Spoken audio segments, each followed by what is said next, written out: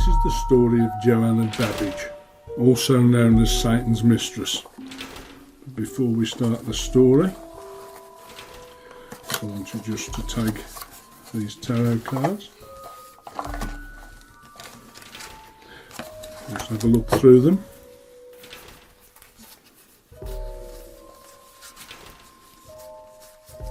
Okay, now turn them face down. Just spread them out. That's fine, yeah. I just want you to choose one. Now, just push one forwards. Good, thank you. Put those to the side. Now, I want you to just pick that one up and place it face down in here. Because this represents Joanna Babbage's coffin. And can you take that, please? Open it up. And we'll put the coffin in the bag which represents the dark earth she was buried in. Now, Joanna Babbage, known as Satan's Mistress, was born in a small farm village called Laughter Hole in Devon on Dartmoor in 1750. And this is her story. Joanna Babbage was born in Devon in April 1750 in a small, crude farm cottage at Laughter Hole Farm on Dartmoor, the daughter of the farm worker John Babbage. Even today, this is a remote and lonely place. Back in 1750, it was even more so. The area's human history goes back thousands of years, as evidenced by the abundance of Neolithic stone circles, Iron Age hut circles, standing stones and prehistoric tombs.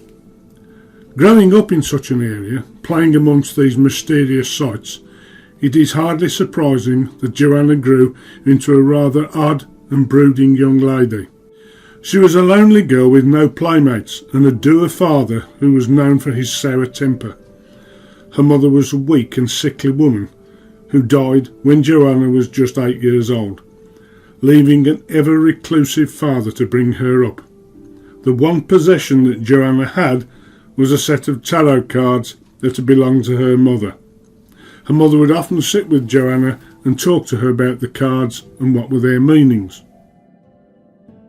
Whatever gaiety and spirits Joanna was born with was gradually squashed as no love was shown to her. The responsibility of looking after the house and her father was cruelly thrust upon her. Her one consolation was to sit with her tarot cards, looking at the pictures and think of her mother. When Joanna was just 16 years old, her father, overcome by the blackness he saw as life, hung himself in the cottage, leaving poor Joanna to find his body.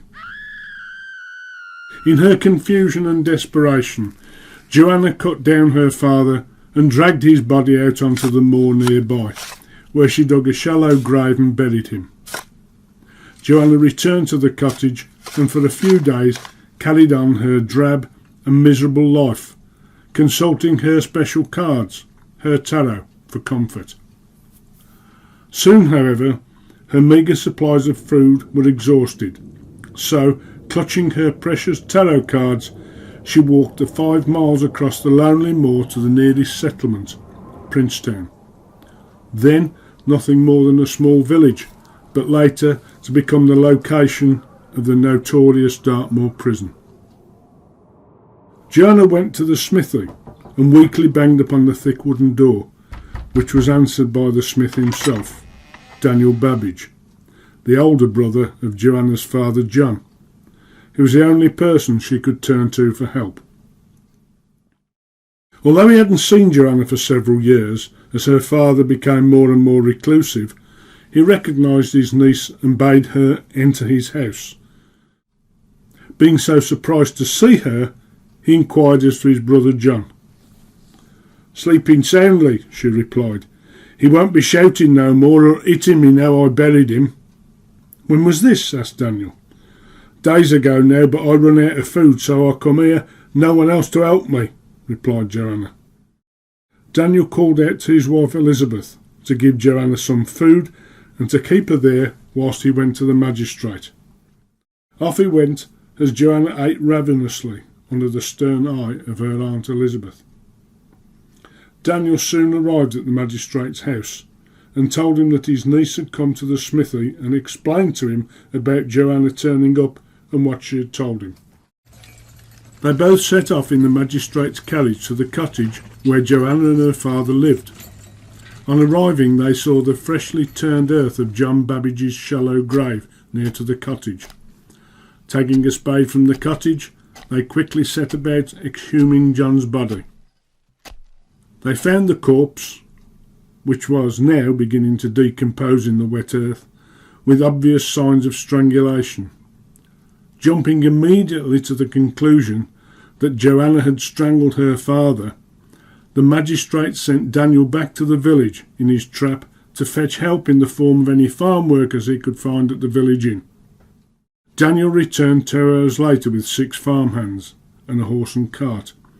John Babbage's body was placed in the cart and the group returned to the magistrate's house, where John's body was laid in an outhouse.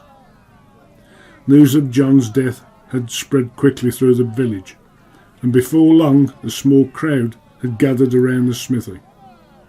All had quickly decided that the odd behaviour Joanna was known for had led her to murder her father. The magistrate and Daniel returned to the smithy to find an angry crowd outside. Frightened at hearing the baying mob, Joanna, clutching her precious tarot, told the magistrate and her uncle that Satan had told her to do it, meaning to bury her father. However, they interpreted this as that Satan had told her to kill him. This being taken as an admission of guilt, Joanna was seized, tied up and locked in the barn.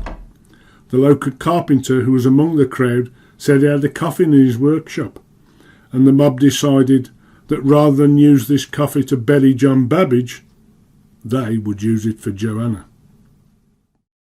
Joanna and the crude wooden coffin were taken in the farmer's cart up onto the moor back to the cottage.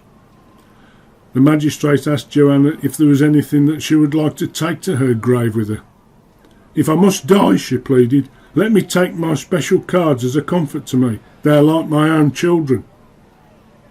The magistrate seized the cards from Joanna's trembling hands. They were the cards of the tarot. On seeing the cards, the magistrate took them and held them up for all to see. "These are the devil's cards," the magistrate shouted.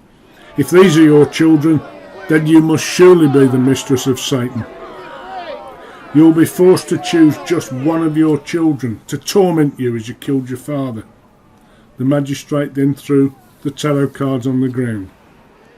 Distraught, Joanna was forced to choose just one of her beloved tarot cards, her favourite. She scrabbled on the ground and picked one of the tarot cards.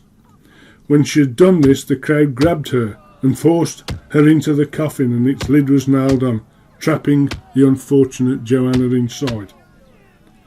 The coffin with Joanna inside was taken further onto the moor, and a deep pit was swiftly dug. The coffin was unceremoniously thrown into the pit.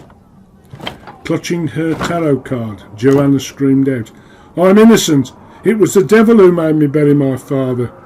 The first person who throws a sod upon my coffin will be cursed. My ghost will return to haunt them, and one person in every generation thereafter." Momentarily the mob paused, and they looked at each other. No one wanted to be the first and to risk the curse. The magistrate took charge. "No one need be the first," he said. "We'll all throw down the first sod together." Each took up a sod, and at the magistrate's signal threw down their sods at the same time. In the damp blackness, Joanna felt and heard the dull thuds as the sods rained down. She clutched the tarot card she had chosen to take with her, Justice, and screamed. But her screams were not heard for long, as the damp earth filled the pit, and her screams became more and more faint as the earth muffled her cries. When the pit was filled, a rusty nail was pushed into the loose soil, as it was believed that the iron would prevent her ghost leaving the grave. Daniel, the magistrate and the villagers then left, that within a short while there were no more screams emanating from the coffin. Joanna was dead. John Babbage was buried in the local churchyard, and his grave was marked thus: "Here lies John Babbage, who died at the hand of Satan's mistress." Nothing more. The people of the village were inclined to forget such a grisly incident. But that was not the last that was heard of Joanna, for her curse began to assert itself. Whilst at the graveside, despite all throwing in their sods at the same time, one lump of earth hit the coffin lid fractionally before all others. Joanna's ghost came back as she had cursed, and began to haunt and terrorise that one member of the mob. Indeed, that cursed family had reported strange happenings, visitations and bad luck down through the generations, and they still do today. The first sign of Joanna's haunting begins, it is said, when her ghost softly whispers in the ear of its next victim the name of the tarot card that she took into her hidden grave. Of course, the only two souls who know the name of that card are the ghost of Joanna Babbage and the one who is to be her next victim. Before I began my story, I asked you to choose a tarot card, and you did so. This was your own choice. And the card that she took with her was Justice. But of course the only people that knew that were the ghost of Joanna Babbage and the person who was to be haunted by her. Are you going to be the next victim? I hope not. Take the card. Have a look. Justice. Looks like you are going to be Joanna's next victim.